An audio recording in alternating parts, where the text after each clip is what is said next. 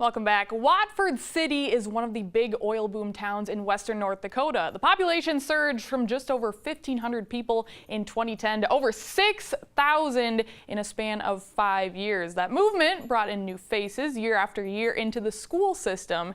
And one of those faces is a player that will sign tomorrow to play football at NDSU. But as our Jody Norstedt explains, you'll have to wait to see him do his damage on the field. Moving is always hard. Every couple months, my dad was like, all right, we're moving out to North Dakota, and he kept saying it, and we all just were like, oh, okay, whatever. Especially when you're in the middle of your freshman year of high school.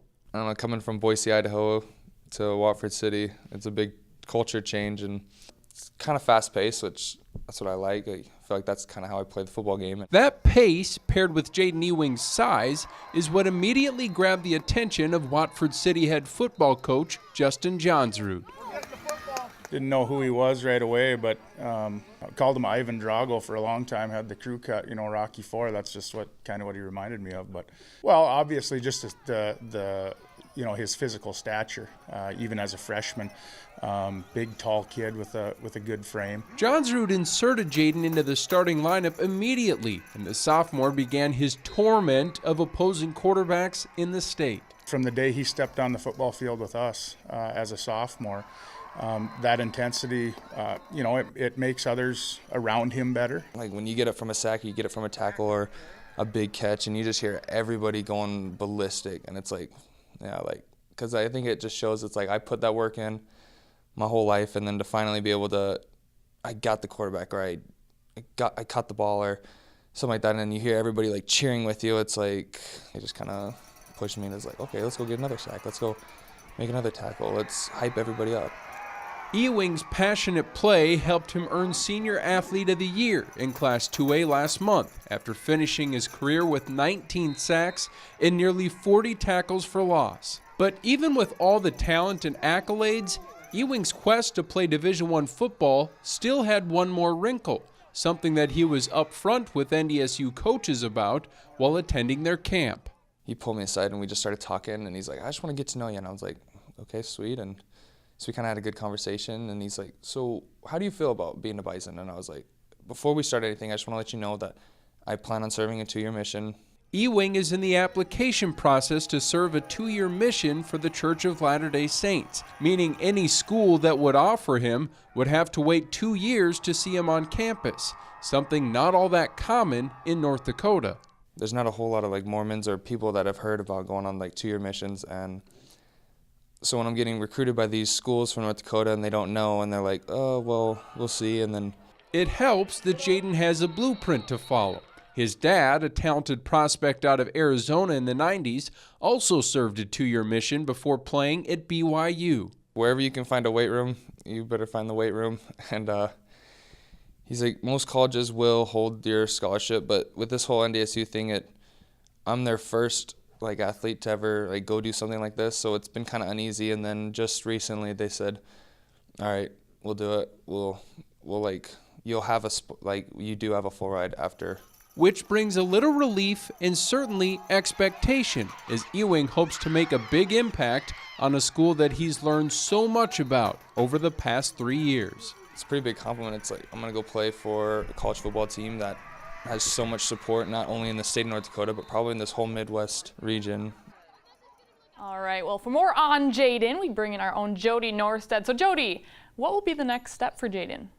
Well, he still hasn't found out where he'll be serving his 2-year mission. It could be in the States, it could be in Canada, it could be overseas somewhere, but that 2-year term will begin after he graduates from high school. So that'll be coming up here in the spring. All right, so he'll be 20 years old when he begins his college football career. And how does he feel about that? Yeah, crazy, isn't it? He said he's prepared for it, but he also made it clear to me that his goal is to play that true freshman year. He said he wants to come back and be that ready to be able to play immediately. It certainly will be cool to reconnect with him in 2 years as he prepares for that first year at NDSU. Yeah, definitely looking forward to that. Well, let's switch gears now to the ice, because we had some boys hockey games that we covered this past week featuring some of the best teams in the state, including a big rivalry game. So how was the battle for Grand Forks bragging rights, Jody?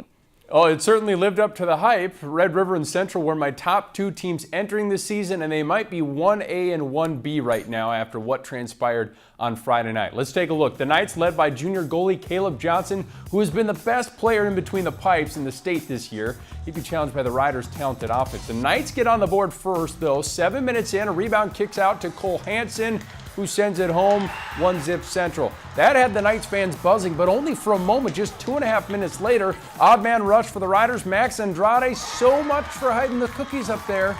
Game tied at 1, still in the first. There's a magnet attached to Cole Forta's stick. Puck comes right to it. He rips it home, his second of the year. Riders up 2-1, move to the second. Central doing a nice job of getting guys to the net. It pays off with Kyler Briss making it 2-all. No one scores in overtime, so Central plays its second shootout in a week. First chance for Red River. Jackson Coons, a UND commit, uses the 5-hole to perfection. Central would even it up, but the Riders add one more as Tyler Savage shows off the quick mitts, slides it in. The game goes down as a tie, but Red River gets the shootout win. It's fun and exciting game. I mean, even for a coach, it's fun to watch. A lot of skill, both teams, up and down the ice. Little heart attack action every once in a while, but fun overall. We had to do a little rope-a-dope because Central just comes at you hard the whole time, and they know how to get in those passing lanes. They block them down, knock them down, and keep coming at us. And we had to survive that and kind of change our strategy a little bit. Well, at first the nerves were crazy. Once I got into it after warm-ups and stuff, kind of cooled down a little bit and got in the flow of things. So it was really fun.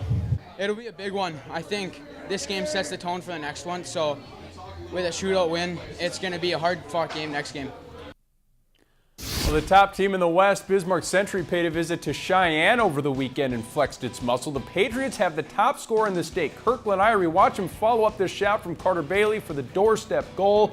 Irie has 14 goals and 16 assists, leading the state in both categories. Check out the team speed here. Isaiah Thomas finds freshman Colton Schulte in the 3-on-1. It's 3-zip Patriots after the first.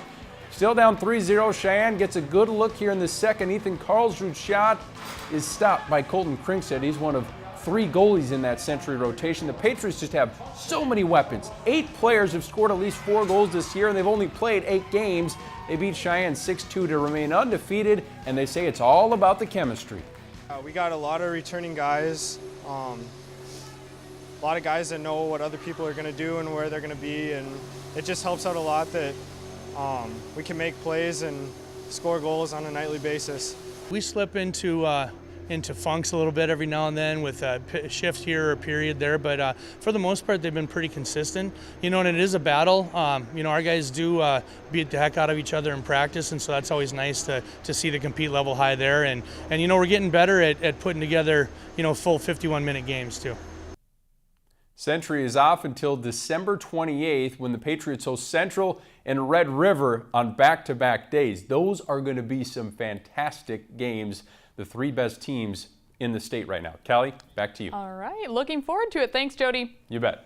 When we return, a special Midco magazine piece about an integral part of the Pure TF Rigs football team who made a huge impact without even suiting up. Learn all about J.C. Byer next on Midco Sports Tonight.